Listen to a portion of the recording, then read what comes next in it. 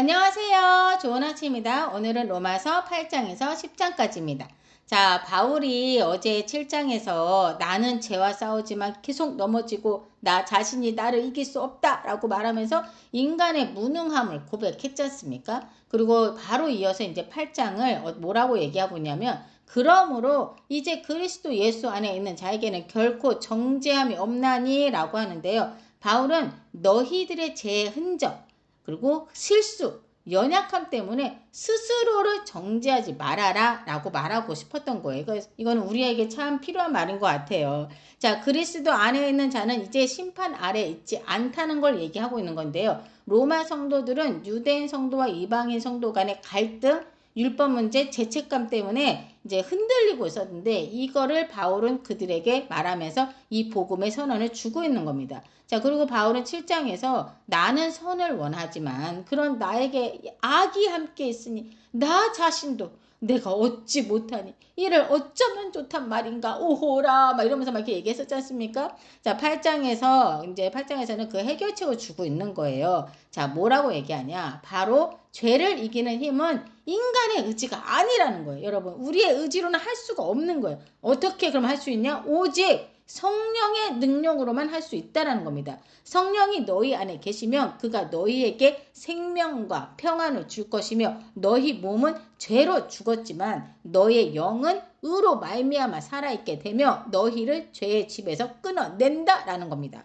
성령이 함께하기 전에는 너희는 너희 힘으로 그 죄를 끊어낼 수도 없었고 이길 수도 없었지만 성령이 함께하심으로 죄를 이기게 하신다라는 그 메시지를 말해주고 있는 거예요. 여러분 14절을 보세요. 무릇 하나님의 영으로 인도함을 받는 사람은 곧 하나님의 아들이라. 그리고 15절에 우리가 아빠 아버지라고 부를 수 있다라고 말하고 있지 않습니까? 그리고 성령님이 친히 우리의 영과 더불어 우리가 하나님의 자녀인 것을 증언해 주시겠대요. 자, 근데요. 자, 성령님이 지금 우리가 하나님의 자녀인 것을 증언해 주시겠다고 했지 않습니까? 자, 그럼 누구한테 증언해 준다는 거예요? 여러분, 하나님께 증언해 주신다는 걸 알고 계시죠? 아닙니다, 여러분. 왜냐? 하나님은 이미 다 알고 계시니까. 예. 그럼 누구에게 증언해 준다는 거예요? 바로 우리 자신입니다. 여러분도 그런 적이 많았을 것 같아요. 저도 마음속으로 내가 진짜 구원 받은 게 맞나? 정말 아니 내가 이렇게 구제불능이고 내가 이렇게 엉망진창인데 이런 나를 하나님이 사랑하시는 걸까? 사랑하실 수 있을까?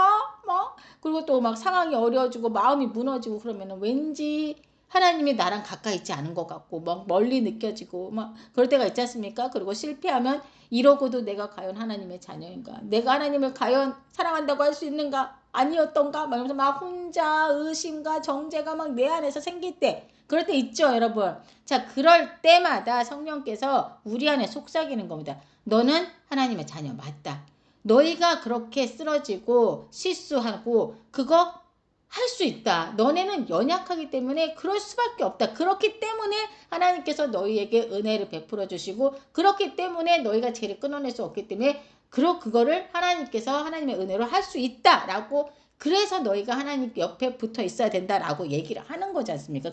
그래서 너희가 그렇게 생각하고 있을 때 하나님을 찾아라라고 힘도 주시고 또 증언도 해주시고 이렇게 해주시는 거예요. 계속적으로. 예. 자, 근데 역으로 사탄도 속삭이는 거 아십니까? 네가 그러고도 하나님의 자녀라고 할 수 있겠어? 야, 너 진짜 아니 어떻게 그렇게 하고 그런 죄를 짓고 또 교회 뻐젓이 나가가지고 야, 너 그거 오히려 교회 식구들 실족하게 하는 거야. 너 그거 알아? 차라리 가지를 말어. 너 진짜 양심이 있어야지. 그리고 너가 그렇게 가면 하나님이 참 기뻐하시겠다. 뭐 이렇게 하면서 막 우리를 막 더 좌절하게 하고 하나님으로부터 멀어지게 하는 게 바로 사탄의 속삭임이거든요. 자, 이런 말들은 모두 하나님의 자녀라는 정체성을 흔드는 공격인 거예요, 여러분. 요한계시록을 보면 사탄을 형제들을 밤낮으로 참소하는 자라고 부르거든요. 그러니까 사탄의 음성은 곧 우리를 정죄하게 하고 낙담시키고 자녀됨을 의심하게 하는 음성이라는 사실도 여러분 꼭 기억하셔야 됩니다. 자, 정죄는 사탄의 방식이라면 확신과 생명과 자유는 성령의 방식이라는 점. 그래서 8장 1절에서 그러므로 이제 정죄함이 없다라고 한 거예요. 왜요? 성령님이 우리를 자유케 하셨으니까. 그리고 마지막 39절에는 그 어떤 피조물이라도 우리를 우리 주 그리스도 예수 안에 있는 하나님의 사랑에서 끊을 수 없다라고 말하고 있는 겁니다. 그리고 18절 이하에서는 지금의 고난과 장차 나타날 영광에 대해서 말하고 있는데, 그러니까 한마디로 지금 우리가 겪는 고난은 앞으로 하나님이 주실 영광과 비교하면 아무것도 아니다라는 거예요. 예? 이해되시죠? 예? 자, 그럼 이거는 지금 이들이 어떤 고난의 환경 속에 있었길래 이렇게 말하고 계신가라는 생각도 들었어요. 저는. 자, 이 상황이 어땠냐면, 먼저 클라우디우스가 모든 유대인을 로마에서 추방했죠. 자, 이로 인해 유대인 출신 그리스도인들은 터전을 잃었죠. 재산도 잃었죠. 예, 몇 년 동안 떠돌이 생활을 했죠.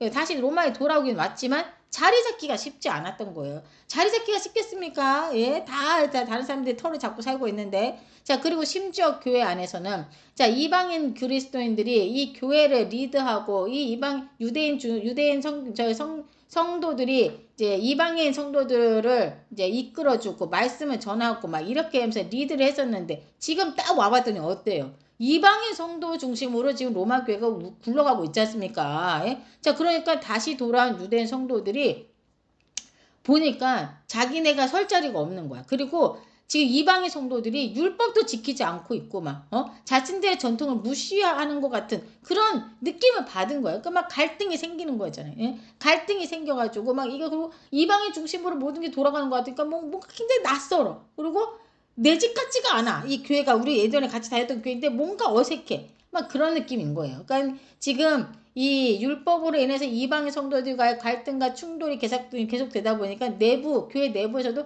실제적인 마음의 고난이 있었던 겁니다.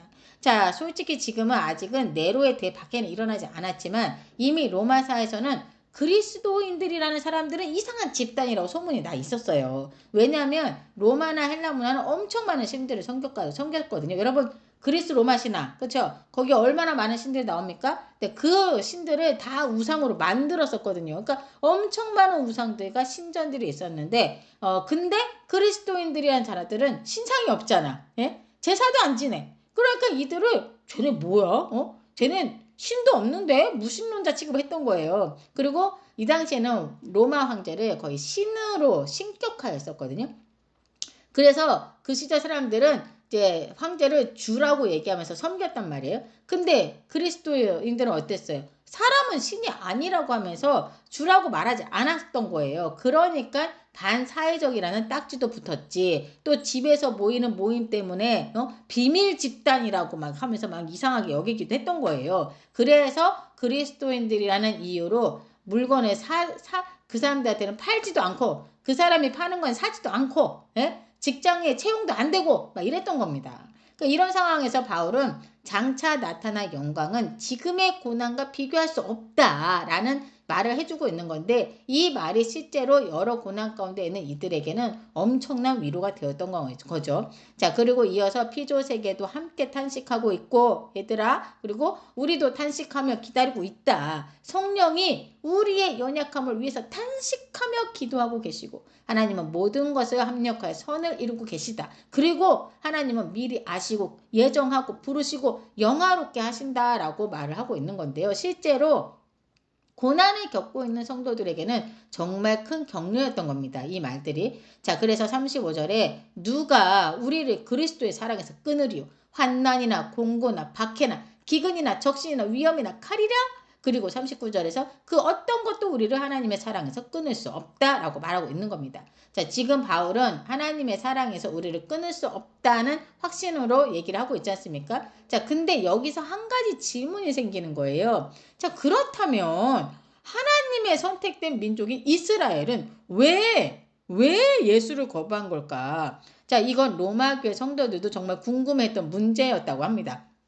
자, 그래서 바울은 9장에서 이스라엘의 현재 상황을 깊이 다루기 이제 시작을 하는데요. 자, 바울은 눈물이 날 정도로 뼛속 깊이에서부터 자신의 동족 이스라엘이 예수님을 거절하고 있다는 사실이 너무나도 마음이 아프다라고 말을 하고 있는 거예요. 그들은 율법도 받았어요. 그렇죠? 그리고 하나님으로부터 약속도 받았어요. 메시아의 혈통도 가지고 있는데 정작 그 메시아를 받아들이지 못하고 있었지 않습니까? 자, 그러면서 6절에서 바울은 이스라엘에게서 난 그들이 다 이스라엘이 아니요 라고 말하고 있거든요. 즉 혈통적인 이스라엘이 아니라 약속을 믿는 사람이 참된 하나님의 백성이라는 그 백성이라고 얘기하고 있는 거예요.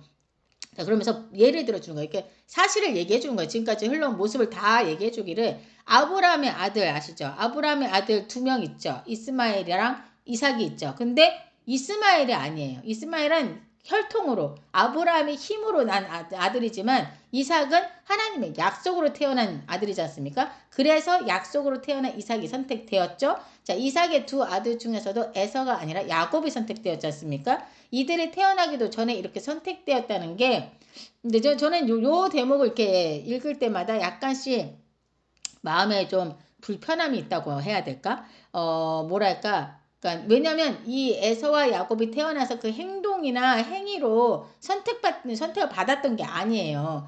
이들이 태어나기도 전에 태중에서 이미 선택을 받았거든요. 그렇게 따지면 뭐랄까? 억울하다? 억울하다? 에서 입장에서 너무 억울한 거 아닌가라는 생각이 들지 않나요? 뭐 저만 그런가요? 예.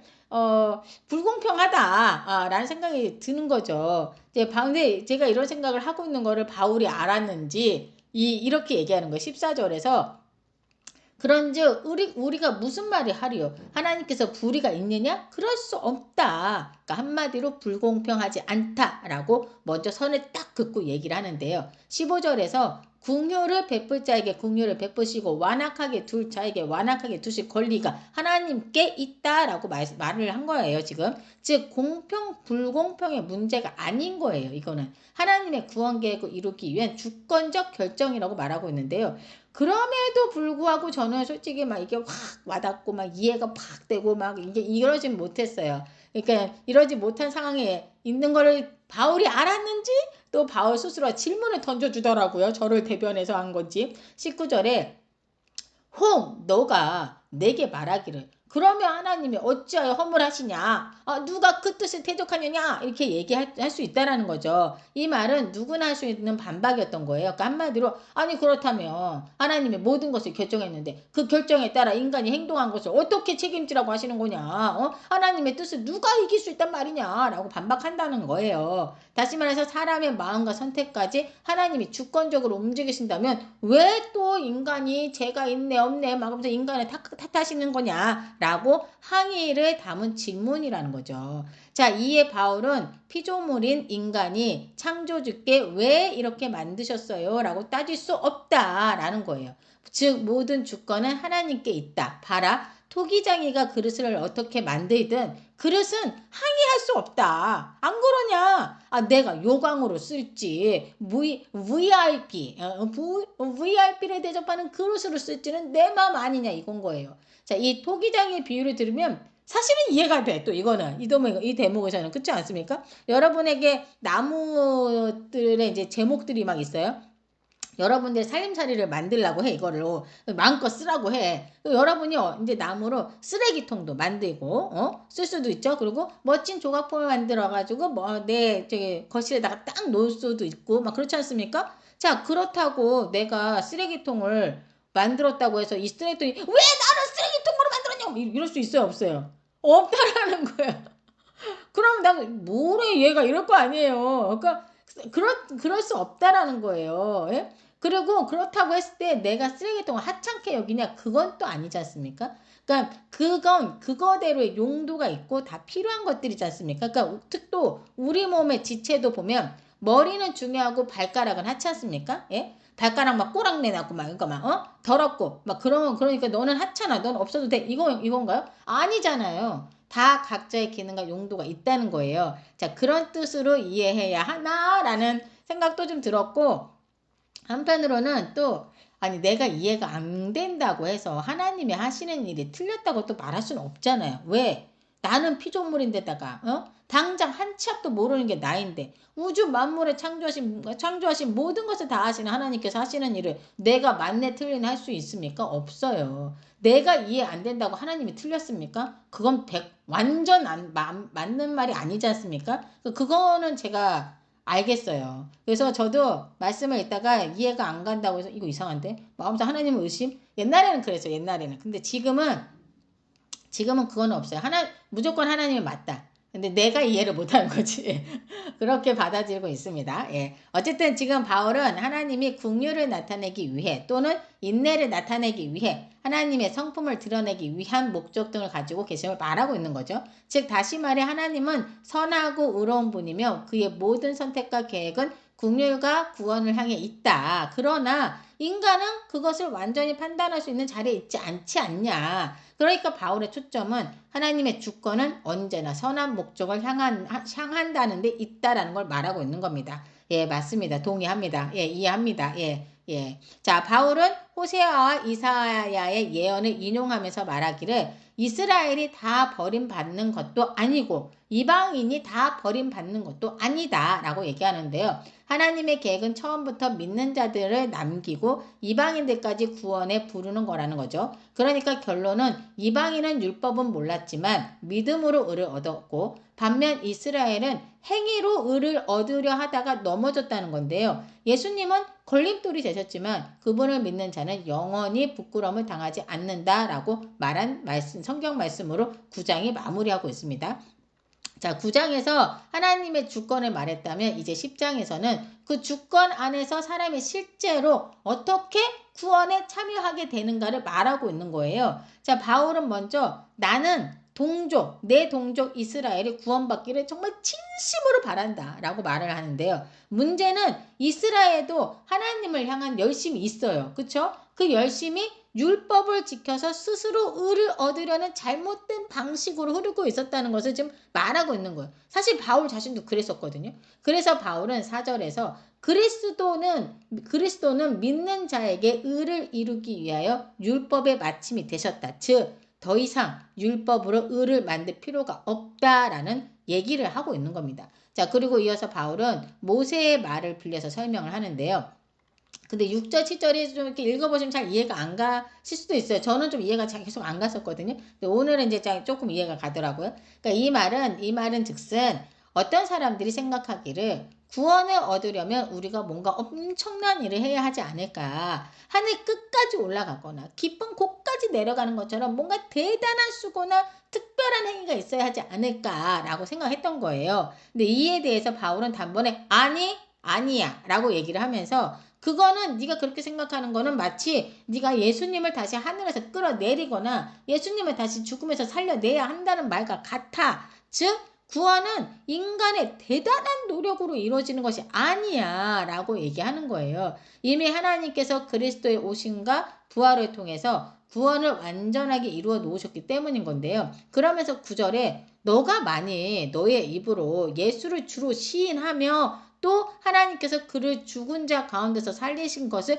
너의 마음에 믿으면 구원을 받으리라. 즉 구원은 복잡한 의식이나 율법이 아니라 믿음과 내 입술의 고백, 여러분들의 입술의 고백을 통해 주어진다는 것을 지금 강조하고 있는 겁니다. 자, 그러면서 바울은 또 구약을 인용해서 말하기를 13절에 누구든지 그를 믿는 자는 부끄러움을 당하지 아니하리라 라고 했으니 이는 유대인이나 헬라인이나 차별이 없음이니 그런즉 누구든지 주의 이름을 부르는 자는 구원을 받으리라 라고 정리를 딱 해준 거예요. 자, 그러면서 14절에 그럼 믿지 아니하는 이를 어찌 부를 것이며 듣지도 못한 이를 어찌 믿을 수 있단 말인가. 전파하는 자가 없는데 어떻게 들을 수 있단 말인가 라고 이렇게 말하고 성경에 써 있거든요. 14절에. 자, 즉 이거는 보내심을 받지 아니하였으면 어찌 전파하리오. 기록된 바 아름답도다. 좋은 소식을 전하는 자들이 발이여 함과 같으니라 라고 말하고 있는데 이렇게 말을 좀 편하게 좀 썼으면 좋겠는데 자, 이 말은 복음을 전하는 사람의 역할이 얼마나 중요한지를 강조하는 말이었던 거예요.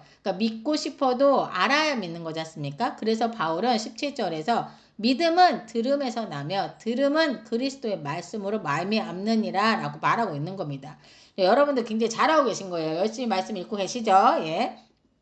자, 로마서 10장은 구원은 믿는 자에게 주어진다는 메시지거든요. 근데 왜 이스라엘은 그 구원에 들어오지 못했을까? 그 답을 주는 게 바로 18절에서 21절인 거예요.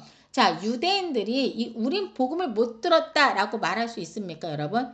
바울은 아니다. 너희는 다 들었다라고 단호하게 말하고 있는 거예요. 그리고 또 이번에 그들이 이해를 못해서 그런 거 아니냐라는 질문도 할 수 있는데 아니다라는 거예요. 유대인들이 하나님을 거부했을 때 하나님은 이방인을 먼저 구원하시며 이를 통해 유대인들에게 경고하셨다는 건데요. 21절에 내가 종일 내 손을 벌렸노라 라고 써있지 않습니까? 하나님은 계속 부르고 계속 기다리고 사랑으로 초청했지만 그들은 순종하지 않았고 거절하고 반항했다는 겁니다. 자, 바울은 이스라엘은 복음을 들었다. 그리고 이스라엘은 알았다. 하지만 그럼에도 불구하고 그들은 믿지 않았다 라고 말하고 싶은 거였고, 그리고 이방인의 믿음은 우연이 아니라 예언의 성취였다는 것을 지금 보여주고 있는 겁니다.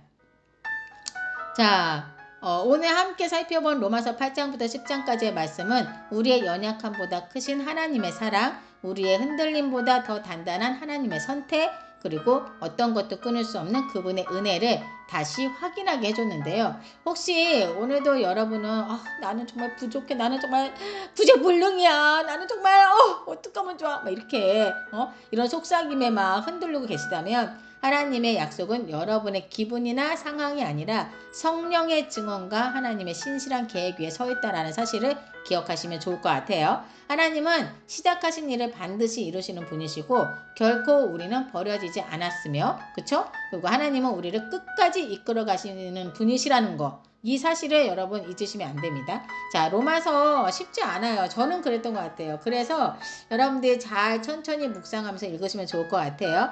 자, 늘 말씀 따라 살아가는 우리 여러분들 항상 응원합니다. 자, 이 시간 함께 기도하겠습니다. 하나님 감사합니다. 연약한 우리를 끝까지 붙드시는 은혜에 감사를 드립니다. 성령의 인도하심 속에서 하나님의 자녀답게 살아가길 원합니다. 더불어 우리를 증언하시는 성령님 더욱 저희를 붙들어 주시고 힘주실 줄 믿습니다. 이 모든 말씀 우리 주 예수 그리스도 이름으로 기도드립니다. 아멘.